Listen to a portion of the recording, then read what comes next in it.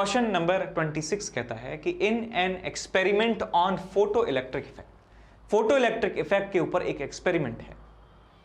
Light of wavelength 400 nanometre is incident on a caesium plate at the rate of 5 watt, यानी 5 joule पर second की rate से energy को गिराया जाता है उस सीजियम प्लेट पर। The potential of the collector plate is made sufficiently positive with respect to the emitter so that the current reaches its saturation value। तो साथ में हमारे पास एक कलेक्टर प्लेट है और कलेक्टर प्लेट का पोटेंशियल इतना बना दिया है कि सैचुरेशन अचीव हो जाता है। ठीक है, current reaches it's saturation value. Assuming that on an average 1 out of every 10 to the power 6, 1 in a million photons is able to eject a photoelectron, find the photocurrent in the circuit। कह रहे हैं भैया कि 1 million यानी 10 लाख हम photons गिराएंगे तो 10 lakh photons में से एक फोटॉन्स तो इलेक्ट्रॉन को निकाल ही देगा। तो बताइए इस एफिशिएंसी के साथ कितना करंट वहां पर आ चुका होगा, कितना करंट आ चुका होगा। तो यहां पे मैं आपको डायग्राम के जरिए दिखाता हूं कि यहां पे एक प्लेट है, प्लेट जो है सीजियम की प्लेट है और सामने हमारे पास एक कलेक्टर प्लेट है। कलेक्टर प्लेट है यानी कि यहां से इलेक्ट्रॉन चल के यहां पहुंचेंगे, इलेक्ट्रॉन ये इमिट करेगा तो ये इमिटर प्लेट कहलाती है और यहां पे इलेक्ट्रॉन कलेक्ट होते हैं तो ये कलेक्टर प्लेट कहलाती है। ठीक है, और यहां कुछ इस तरीके से सेटअप लगा होता है। यहां नेगेटिव टर्मिनल है बैटरी का, यहां पे पॉजिटिव टर्मिनल है बैटरी का। इलेक्ट्रॉन जब उल्टा बता दिया मैंने, ये पॉजिटिव टर्मिनल होना चाहिए, ये नेगेटिव टर्मिनल होना चाहिए। तो इलेक्ट्रॉन जब यहां से निकलेंगे तो ये फटाक से उनको कैच कर लेता है, बिकॉज इसके ऊपर जो है पॉजिटिव चार्ज आ जाता है, तो इलेक्ट्रॉन को ये कैच करता है, इलेक्ट्रॉन कैचर है ये। एक सोर्स हमारे पास है, एक सोर्स हमारे पास है और सोर्स का जो पावर है वो कितना है, 5 वॉट के बराबर है। 5 वॉट के बराबर इसका पावर है। ठीक है, तो सबसे पहली बात मैं यहां पे करता हूं कि इसका हमारे पास है कितना, वेवलेंथ है 400 नैनोमीटर के बराबर। तो सबसे पहले आप देखिए कि फोटोन जो यहां से निकले, फोटोन जो इस पर इंसिडेंट होगा, एनर्जी ऑफ फोटोन कितना होगा।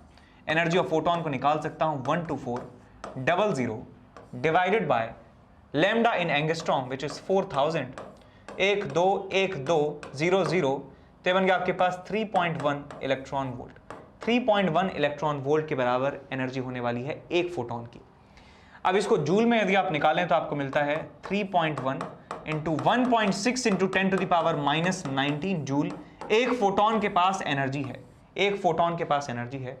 इसका पावर कितना बेटा, इसका पावर है 5 वॉट, यानी कि 1 सेकंड में ये 5 जूल एनर्जी में के बराबर रखने वाले, 5 जूल एनर्जी 1 सेकंड में रखने वाले फोटॉन्स के बराबर फोटॉन्स को इमिट करता है। तो मैं यहां पे लिख सकता हूं कि n into h c by lambda, n into h c by lambda, ये किसके बराबर हो जाएगा बेटा, पावर के बराबर हो जाएगा। पावर हमें दिया है 5 वॉट के बराबर और एच सी बाय लैम्डा से मैं इसको डिवाइड कर दूंगा। एच सी बाय लैम्डा की वैल्यू कितनी है, 3.1 into 1.6, 3.1 into 1.6 into 10 to the power -19। तो हमें n की वैल्यू मिल जाती है, n is number of photons incidenting per second. Number of photons incident per second हमें यहां पे ये मिल जाता है, number of photons incident per second. अब एक बात और कही गई है, अच्छा यहां पे मिल चुका है number of photons, this number पर सेकेंड हमें यहां पे रिजल्ट मिल गया है। अब कह रहे हैं कि 1 in a million ये इलेक्ट्रॉन को निकाल पाते हैं। तो मैं यहां पे ये भी लिख सकता हूं कि number of photo electrons emitted पर सेकेंड वो कितना हो जाएगा आपके पास, नंबर ऑफ फोटो इलेक्ट्रॉन्स निकालने हैं। तो यहां पे मैं 1/1 मिलियन से इसको मल्टीप्लाई कर देता हूं तो आपको मिलता है यहां पे 5/3.1 into 1.6 into 10 to the power -19 into 1/10 to the power 6। तो ये number of electrons per second हमें मिल चुका है। अब नंबर ऑफ इलेक्ट्रॉन को मैं इलेक्ट्रॉन के चार्ज से मल्टीप्लाई कर दूंगा, ई से मल्टीप्लाई कर दूंगा, तो मुझे क्या मिल जाएगा, 1.6 इंटू 10 टू द पावर -19 से मल्टीप्लाई कर दूंगा तो मुझे पता चल जाएगा कि कितने कूलम चार्ज पर सेकेंड पास हो रहा है, कितना कूलम चार्ज पर सेकंड पास हो रहा है, और यही वैल्यू है किसकी, फोटो करंट की वैल्यू भी इसे ही कहते हैं। फोटो करंट क्या होता है भाई, कि जितने इलेक्ट्रॉन्स यहां से निकल रहे हैं, इलेक्ट्रॉन्स यहां से जो निकल रहे हैं, उन इलेक्ट्रॉन्स की वजह से जो करंट आ रहा है, that current is called photo electric current. उस करंट को ही कहते हैं फोटो इलेक्ट्रिक करंट। वो हम निकाल चुके हैं कि इतना कूलम पर सेकंड जो है चार्ज पास हो रहा है, that is the value of current in ampere. तो इसे सॉल्व कर लेंगे आप और आपको आंसर मिल जाएगा एम्पियर में। ठीक है, आसान था सवाल, इतना मुश्किल नहीं था। बस आपको एक एक करके सारी चीजों को समझना है। और फोटो इलेक्ट्रिक एक ही एक्सपेरिमेंट है, एक ही एक्सपेरिमेंट बेचारा, एक ही फॉर्मूला जो है लगभग सारे सवालों में लगता है, that e kinetic energy maximum of photon is equal to E into Vs is equals to h mu minus phi naught। ये एक सेम आइंस्टाइन इक्वेशन जो है सारे सवालों में इस्तेमाल हो रही है, और बस थोड़ा सा लॉजिक है। समझ गए आप? इसके बाद चलते हैं अगले सवाल की तरफ।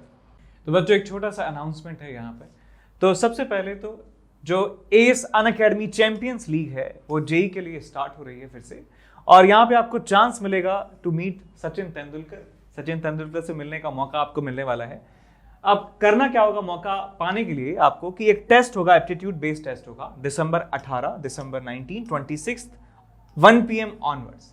और ये जो टेस्ट है ये फ्री है, आपको बस वेबसाइट पे जाके एनरोल करना है और ये टेस्ट देना है। दूसरा हमारे पास ये है कि अनअकैडमी चैंपियंस लीग, जो पहला स्लाइड था जिसमें सचिन तेंदुलकर से मिलने का मौका था, उसमें प्राइजेस भी हैं जो 1 से लेके 10 तक जो रैंक होने वाली हैं उनको 20,000 का प्राइस जो है मिलने वाला है, और 100% तक स्कॉलरशिप भी आपको मिलेगी। और 11 से 30 के लिए 10,000 का कैश प्राइस, और 31 से 50 के लिए 6,000 का कैश प्राइस आपको मिलने वाला है, और साथ में स्कॉलरशिप भी यहाँ पर होने वाली है।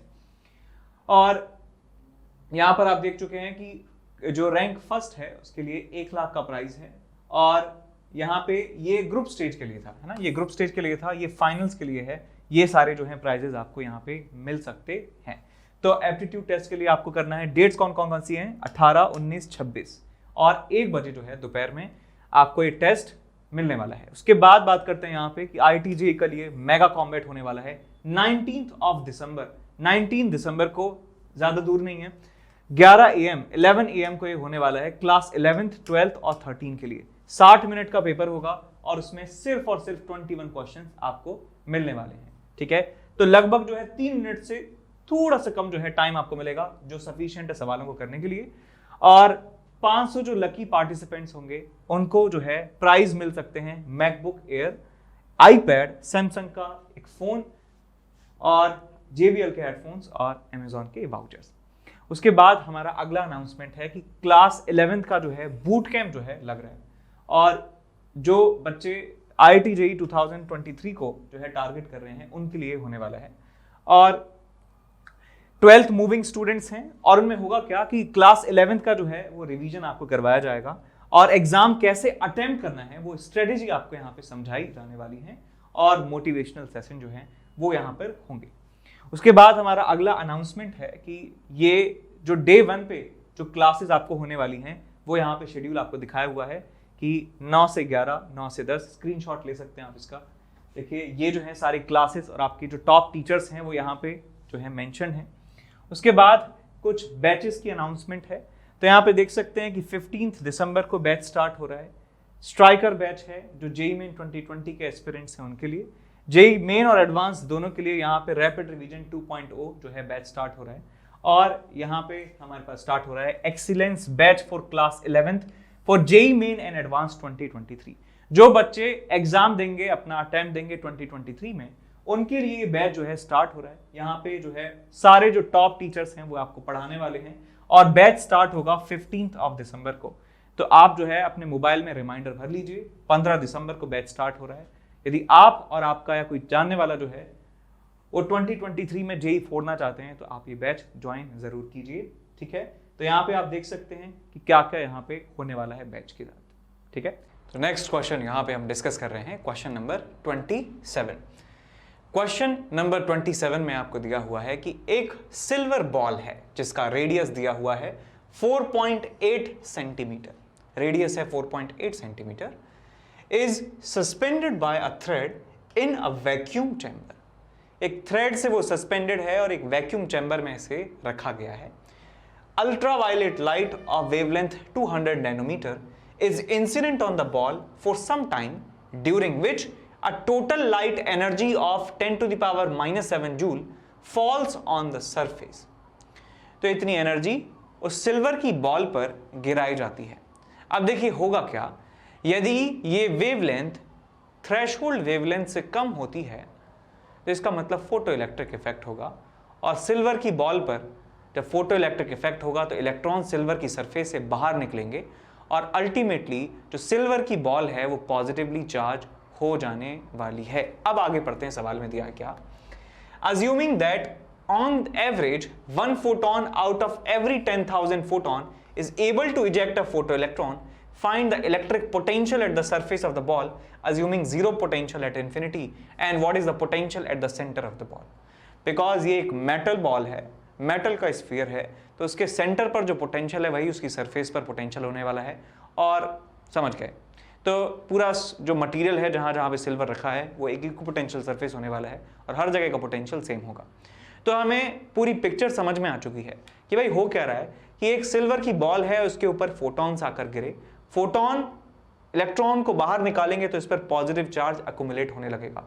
तो पॉजिटिव चार्ज जैसे जैसे इस पे इकट्ठा होने लगेगा इस पे चार्ज पता चल जाएगा, और चार्ज पता चल गया तो KQ/R फॉर्मूले से मैं निकाल सकता हूं इसका पोटेंशियल। तो चलिए सॉल्व करना स्टार्ट करते हैं। तो एक सिल्वर की है बॉल, और सिल्वर बॉल का जो रेडियस है वो रेडियस हमें दिया हुआ है कितना, 4.8 सेंटीमीटर, 4.8 सेंटीमीटर।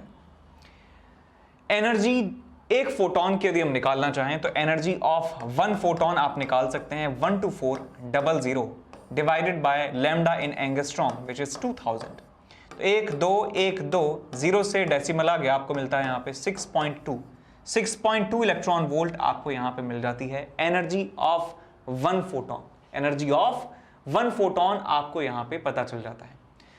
कहा गया है कि टोटल लाइट एनर्जी इतने जूल उस पर गिरती है, टोटल एनर्जी जो इस पर गिरती है वो 10 to the power -7 जूल के बराबर गिरती है, और एक फोटोन की एनर्जी जो है उसे मैं जूल में कन्वर्ट कर लेता हूं 1.6 × 10 to the power -19 से मल्टीप्लाई करके। तो मुझे एक फोटोन की एनर्जी जूल में पता चल चुकी है और टोटल एनर्जी गिरी है हमारे पास 10 to the power -7। तो क्या मैं ये कह सकता हूं क्या कि जो नंबर ऑफ फोटॉन्स की संख्या है, नंबर ऑफ फोटॉन्स की जो संख्या है वो यहां से हम कैलकुलेट कर सकते हैं। तो यहां पे मैं लिख सकता हूं कि number of photons incident is equal to total energy कितनी है 10⁻⁻7 डिवाइडेड बाय, बात करें एक फोटोन की एनर्जी की तो वो हमारे पास है इतनी 6.2 इंटू 1.6 इंटू 10⁻⁻19। तो नंबर ऑफ फोटॉन्स हमें पता चल जाते हैं। अब कहा गया है ये कि average 1 photon out of every 10,000 photons, एक फोटोन आउट ऑफ 10,000 इलेक्ट्रॉन को निकालने में सक्षम है, एक इलेक्ट्रॉन को निकाल देता है 1 आउट ऑफ 10,000। तो नंबर ऑफ फोटॉन्स मुझे मिल चुके हैं तो नंबर ऑफ इलेक्ट्रॉन्स भी निकाल सकता हूं। नंबर ऑफ इलेक्ट्रॉन्स जो हमें मिले हैं वो किसके बराबर हो जाएंगे, तो यहां पे जो वैल्यू आपने निकाली है 10 to the power -7 divided by 6.2 into 1.6 into 10 to the power -19, ये हमें मिल गया नंबर ऑफ फोटो इलेक्ट्रॉन्स। इसमें 1 आउट ऑफ 10,000 जो है वो इलेक्ट्रॉन होते हैं, तो ये हमारे पास हो गए नंबर ऑफ इलेक्ट्रॉन्स। अब नंबर ऑफ इलेक्ट्रॉन्स पता चल गए और मैं मल्टीप्लाई कर देता हूं इससे चार्ज से, मैं चार्ज ऑफ इलेक्ट्रॉन से मल्टीप्लाई कर देता हूं, चार्ज ऑफ इलेक्ट्रॉन से मैं मल्टीप्लाई कर देता हूं which is 1.6 into 10 to the power -19। तो हमें क्या मिल जाता है बेटा, हमें टोटल चार्ज मिल जाता है कि टोटल चार्ज उस सिल्वर के स्फीयर पर आया होगा। तो चार्ज ऑन द स्फीयर आप निकाल सकते हैं, charge on the sphere is equal two electron के निकलने से पॉजिटिव चार्ज आपको मिलेगा, है ना। तो 1.6 इंटू 10 to the power -19 से ये जो वैल्यू है कैंसिल आउट हो जाती है और आपको यहां पे मिल जाता है 10⁻⁻7 एंड 4 कितना हो गया -11 डिवाइडेड बाय 6.2। या कि Q की वैल्यू, तो यहां से हम पोटेंशियल एट द सरफेस लिख सकते हैं, पोटेंशियल एट सरफेस, या पोटेंशियल एट सेंटर लिख सकते हैं, बिकॉज एक कंडक्टर मटेरियल है, इक्विपोटेंशियल सरफेस होते हैं, एक conductor materials are equipotential surfaces, हर जगह पोटेंशियल सेम होगा, चाहे सेंटर की बात करें, सरफेस की बात करें, बीच में कहीं बात करें, तो पोटेंशियल होगा same, is equal to k q divided by r. K की वैल्यू हमारे पास है 9 into 10 is raise to the power 9, charge की वैल्यू है 10 to the power -11 divided by 6.2, और डिवाइड बाय रेडियस, रेडियस हमारे पास कितना है, ये k q by capital R होगा, sorry k q by capital R, radius हमारे पास है 4.8 सेंटीमीटर, तो यहाँ से आ जाएगा आपके पास 4.8 इंटू 10 टू द पावर -2। तो आंसर आप निकाल लीजिए, वोल्ट में आपको आंसर यहाँ पे मिल जाता है। समझ में आया सवाल? ठीक, इसके बाद हम आगे बढ़ते हैं अगले सवाल की तरफ। क्वेश्चन नंबर 28 यहाँ पे डिस्कस कर रहे हैं। सवाल में आपको दिया है कि in an experiment on photo electric effect the emitter and the collector plates are placed at a separation of 10 centimeter are connected through an ammeter without any cell। ये हमारे पास एमिटर प्लेट है, ये हमारे पास कलेक्टर प्लेट है, और इनको बिना किसी बैटरी लगाए अमीटर के साथ जोड़ दिया जाता है। अमीटर का काम है करंट को मेजर करना। A magnetic field B exist parallel to the plates, ये जो प्लेट्स हैं इनके parallel magnetic field also exists and the work function of the emitter is 2.39 electron volt. इस वाली प्लेट का जो वर्क फंक्शन है that is 2.39 electron volt, and the light incident on it has wavelengths between 400 nanometre and 600 nanometre. That means the wavelength incident on this emitter plate has different wavelength ranging from 400 nanometer to 600 nanometer. We have to find the minimum value of B, for which the current registered by the ammeter is equal to 0. Neglect any effect of space charge. So we have to ignore the effect of space charge, and we have to find the minimum value of magnetic field so that the current registered by this ammeter is equal to 0. That means no electrons reaches this collector plate. तो हम यहां पे clearly देख सकते हैं कि minimum magnetic field के लिए हमें बात करनी है, बी मिनिमम हमें चाहिए। तो इलेक्ट्रॉन के साथ होगा क्या जब वो यहां से निकलेगा? देखिए यहां से फोटोन आकर गिर रहे हैं, और फोटोन यदि आकर गिर रहे हैं तो इसका मतलब इलेक्ट्रॉन्स यहां से निकलेंगे। अब इलेक्ट्रॉन की जो एनर्जी है वो अलग अलग होगी, बिकॉज वेवलेंथ हमारे पास अलग अलग है। 400 नैनोमीटर से लेके 600 नैनोमीटर तक की वेवलेंथ है। तो जो सबसे छोटी वेवलेंथ का फोटोन है वो सबसे ज्यादा एनर्जेटिक इलेक्ट्रॉन्स को निकाल रहा होगा। तो सबसे एनर्जेटिक इलेक्ट्रॉन्स जो होंगे वो निकल रहे होंगे 300-400 नैनोमीटर वाली वेवलेंथ के थ्रू। अब यदि हम 400 नैनोमीटर वेवलेंथ से निकलने वाले फोटॉन्स से निकलने वाले फोटो इलेक्ट्रॉन्स को रोक लेते हैं, तो इसका मतलब हम बाकी सारे फोटो इलेक्ट्रॉन्स को तो रोक ही लेंगे। तो इसका मतलब हमें इसमें करंट यदि जीरो करना है तो हमें सबसे पहले सबसे तेज वाले को रोकना होगा, और सबसे तेज वाला फोटो इलेक्ट्रॉन निकलेगा 400 नैनोमीटर वाली वेवलेंथ से। तो एक बात तो हमें समझ में आ गई। अब जो सबसे तेज निकलेगा, सबसे तेज जो यहां से इलेक्ट्रॉन निकलेगा, उसका रास्ता जो है अलग अलग हो सकता है, अलग अलग पाथ पे जा सकता है according to the magnetic field value, because हम जानते हैं आर की वैल्यू होती है किसके बराबर, mv अपॉन qb के बराबर। तो इसकी वैल्यू हम फिक्स कर चुके हैं, ये वैल्यू फिक्स्ड है, ये वैल्यू फिक्स्ड है। इसकी वैल्यू यदि आपको मिनिमम चाहिए तो आपको मैक्सिमम रेडियस से उसको निकालना होगा। मैक्सिमम रेडियस कितना पॉसिबल हो सकता है? तो आप क्लियरली देख सकते हैं मैक्सिमम रेडियस जो है जिससे वो टच ना हो इलेक्ट्रॉन, वो कितना हो सकता है? 10 सेंटीमीटर के बराबर हो सकता है। तो यहां पे हमें पता चल चुका है कि मैक्सिमम रेडियस इज 10 सेंटीमीटर। इससे ज्यादा यदि रेडियस हो गया तो करंट रजिस्टर हो जाएगा, इससे कम रेडियस होगा तो आपको बी मिनिमम नहीं मिलेगा। तो मैं बी को मिनिमाइज करने के लिए हमें क्या चाहिए? हमें मैक्सिमम रेडियस का इस्तेमाल करना होगा, जिससे जो इलेक्ट्रॉन का रास्ता होगा वो इलेक्ट्रॉन का रास्ता कुछ इस तरीके से आपको दिखाई देगा। इलेक्ट्रॉन का जो रास्ता है वो इस तरीके से दिखाई देगा कि जस्ट यहां से बच के निकल गया, छू के निकल गया, यहां से कलेक्टर प्लेट को छू के निकल गया, कलेक्टर प्लेट को, कलेक्टर प्लेट को छू के निकल गया, छू के निकल गया, छू के निकल गया। तो यहां पे आप देख सकते हैं कि जो हमारे पास R की वैल्यू है वो किसके बराबर है? mv डिवाइडेड बाय qb के बराबर। ये हमारे पास है स्पीड, ये हमारे पास है मास। मास इंटू वेलोसिटी जो है उसे मोमेंटम कहते हैं, और मोमेंटम को काइनेटिक एनर्जी की फॉर्म में लिखा जा सकता है कैसे, under root of 2 times m into kinetic energy of photo electron का under root divided by q into P. तो यहां से आपको b की मिनिमम वैल्यू मिल जाती है, b की minimum value is equals to 2 times m into kinetic energy of photo electron divided by q into r। अब सारी वैल्यूज यहां पे पुट करना स्टार्ट कीजिए। 2 टाइम्स मास होता है इलेक्ट्रॉन का 9.1 इंटू 10⁻⁻31। काइनेटिक एनर्जी मैं आइंस्टाइन इक्वेशन से कैलकुलेट करूंगा, तो यहां से मुझे मिलेगा Hc12400 divided by 12400 divided by 4000 angstrom, 4000 angstrom. ये मुझे आंसर मिलेगा इलेक्ट्रॉन वोल्ट में, लेकिन मैं सारी चीजें जो हैं SI यूनिट्स में रखने वाला हूं, तो मुझे इसे पहले माइनस करना होगा वर्क फंक्शन से, which is 2.39 electron volt minus of 2.39 electron volt. अब इलेक्ट्रॉन वोल्ट में जो एक्सप्रेशन है इसे कन्वर्ट कर दीजिए आप जूल में, तो यहां पे मल्टीप्लाई कर दीजिए 1.6 इंटू 10⁻⁻19 से।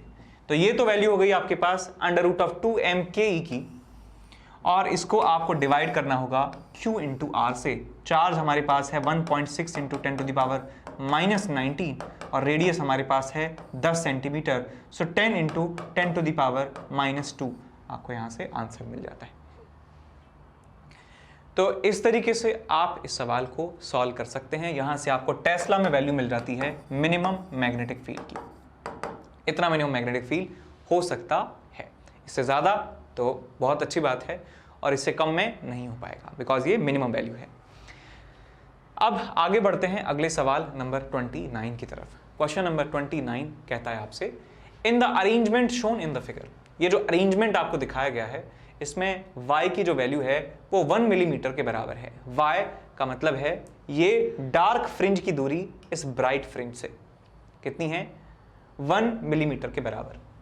जो d है which is the separation between the slits, वो है आपको 0.24 मिलीमीटर के बराबर, और कैपिटल D की वैल्यू है 1.2 मीटर। D का मतलब है कि ये जो स्क्रीन है और स्लिट प्लेन है उनके बीच का दूरी। The work function of the material of the emitter is 2.2 electron volt. Find the stopping potential needed to stop the photocurrent. तो हमें फोटो करंट को जीरो करने के लिए स्टॉपिंग पोटेंशियल लगाना होगा, और स्टॉपिंग पोटेंशियल की वैल्यू हमें कैलकुलेट करनी है। आंसर जो है वोल्ट में दिया है, ना कि इलेक्ट्रॉन वोल्ट में। तो सवाल तो आप समझ गए होंगे, तो यहां पे डार्क फ्रिंज बन रही है, ये एक यंग्स डबल स्लिट एक्सपेरिमेंट है। तो एक पर्टिकुलर लाइट के इंटरफेरेंस की वजह से यहां पे डार्क फ्रिंज बन रही होगी, और उसी लाइट को इस्तेमाल किया गया है फोटो इलेक्ट्रिक इफेक्ट में, और उससे हमें एक फोटो करंट यहां पर प्राप्त हो रहा है। तो सबसे पहले मैं वेवलेंथ कैलकुलेट करूंगा, इस लाइट की वेवलेंथ कितनी है, और वेवलेंथ यदि मुझे पता चल जाती है तो मुझे फोटोन की एनर्जी निकालूंगा, और फोटोन की एनर्जी में से मैं वर्क फंक्शन को माइनस कर दूंगा, तो मुझे स्टॉपिंग पोटेंशियल भी पता चल जाएगा। तो यंग्स डबल स्लिट एक्सपेरिमेंट में हम जानते हैं कि बीच में जहां पे पाथ का डिफरेंस होता है 0 के बराबर, जहां पे पाथ का डिफरेंस होता है 0, वहां पे सेंट्रल ब्राइट फ्रिंज बनती है, और उसके बाद फर्स्ट डार्क फ्रिंज बनती है। यदि यहां पे मैं क्लियरली देख सकता हूं d is much much smaller than capital D, तो यहां पे पाथ का डिफरेंस जो है उसे लिखा जा सकता है d sin थीटा। थीटा बहुत स्मॉल है तो इसको d tan थीटा भी लिखा जा सकता है, और d tan थीटा को मैं लिख सकता हूं d into y divided by capital D, delta x की वैल्यू है। यदि मैं बात करूं इस डार्क फ्रिंज की, इसका मतलब ये फर्स्ट मिनिमा है, और फर्स्ट मिनिमा है, इसका मतलब पाथ डिफरेंस इस पॉइंट पर कितना होना चाहिए, λ/2 के बराबर। सिमिलरली यहां पर भी पाथ का डिफरेंस λ/2 होना चाहिए। So I can write λ/2 is equal to dy by capital D। ये वेव ऑप्टिक्स में आपने सीखा है, समझ में आ रहा है? वेव ऑप्टिक्स में आपने सीखा है कि यार कि अलग अलग जगह पर जहां पे मैक्सिमा बनता है वहां पे पाथ के डिफरेंस किस तरीके से वेरी होते हैं, जहां पे मिनिमा बनता है वहां पे पाथ के डिफरेंस किस तरीके से वेरी होते हैं। तो ये सारी चीजें आपको दिमाग में रखनी है, ठीक है। यदि आपको याद करने में दिक्कत होती है, देखिए बहुत सारी, जब आप पूरा सिलेबस पढ़ लेते हैं ना, तो बस आपको एक ही चिंता होती है कि आप उस वाले चैप्टर का फॉर्मूला कहीं भूल ना जाएं।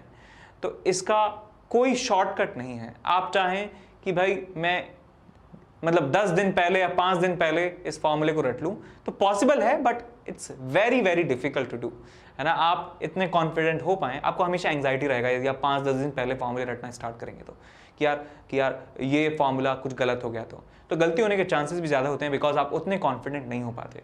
तो आपको अपना जो लाइफस्टाइल है उस लाइफस्टाइल के अंदर इंजेक्ट करने पड़ेंगे फॉर्मूले। ये जो फॉर्मूले हैं अंदर इंजेक्ट करने पड़ेंगे अपने।